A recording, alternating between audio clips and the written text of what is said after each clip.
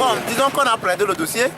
On était près d'une dizaine d'avocats, on a plaidé le dossier.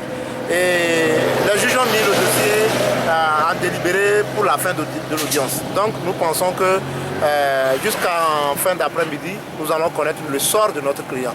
Mais ce qui est constant dans ce dossier, c'est qu'aujourd'hui, l'instruction a suffisamment avancé.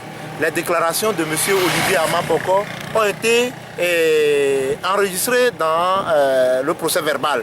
Et sa détention n'est pas nécessaire pour les besoins de l'enquête. Et donc au jour d'aujourd'hui, même l'infraction sa constitution pose problème. Et donc c'est un dossier qui souffre d'une vacuité extrême. Et pour nous, nous pensons que si il n'y a pas une idée politique qui guide la main de la justice, et que si notre justice est indépendante, suivant les dispositions de l'article 113 de la Constitution, en réalité, M. Olivier Ama doit être mis en liberté provisoire. Quand cela ne tienne, la procédure peut continuer. M. Ama est un père de famille, père de 5 enfants, sa femme est là, il a une maison qui est 6 ans à Lomé, il a un domicile fixe, il ne peut pas fuir le pays. Et donc nous pensons que sa mise en liberté doit être en réalité de droit et qu'en réalité éviter une justice de 2 poids 2 mesures. Parce qu'il n'est que complice. Les vrais auteurs, ceux qu'on accuse d'auteurs éventuels, sont aujourd'hui en liberté. Et donc lui en tant que complice ne peut pas connaître déjà 3 prisons. D'abord la prison civile de Lomé, la prison civile de Mango et la prison civile d'Atabane. Il a une santé très fragile, nous l'avons dit aux magistrats, et nous pensons que pour des raisons d'humanité, pour des raisons de principe juridique, je pense que sa mise en liberté provisoire doit être ordonnée. Et nous avons confiance en notre justice jusqu'à preuve de contraire.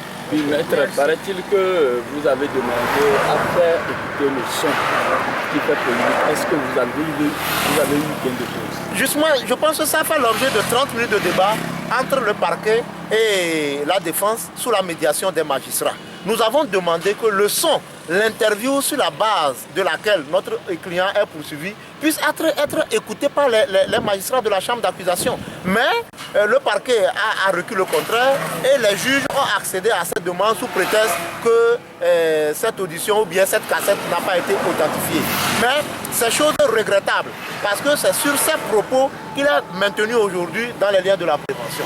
Et nous croyons que cette cassette devait édifier les juges de la chambre d'accusation. Mais malheureusement, la demande a été écartée parce que le parquet général dit que ce n'est pas de la culpabilité qu'on statue, mais sur la demande de mise en liberté provisoire. Mais on ne peut pas statuer sur la demande de mise en liberté provisoire sans parler même des faits, la déclaration sur la base de laquelle la personne est maintenue en détention jusqu'aujourd'hui.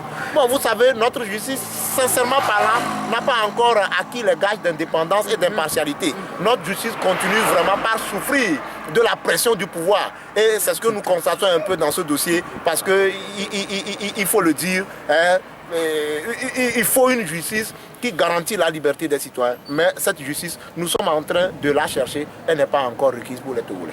Merci. Merci. Après,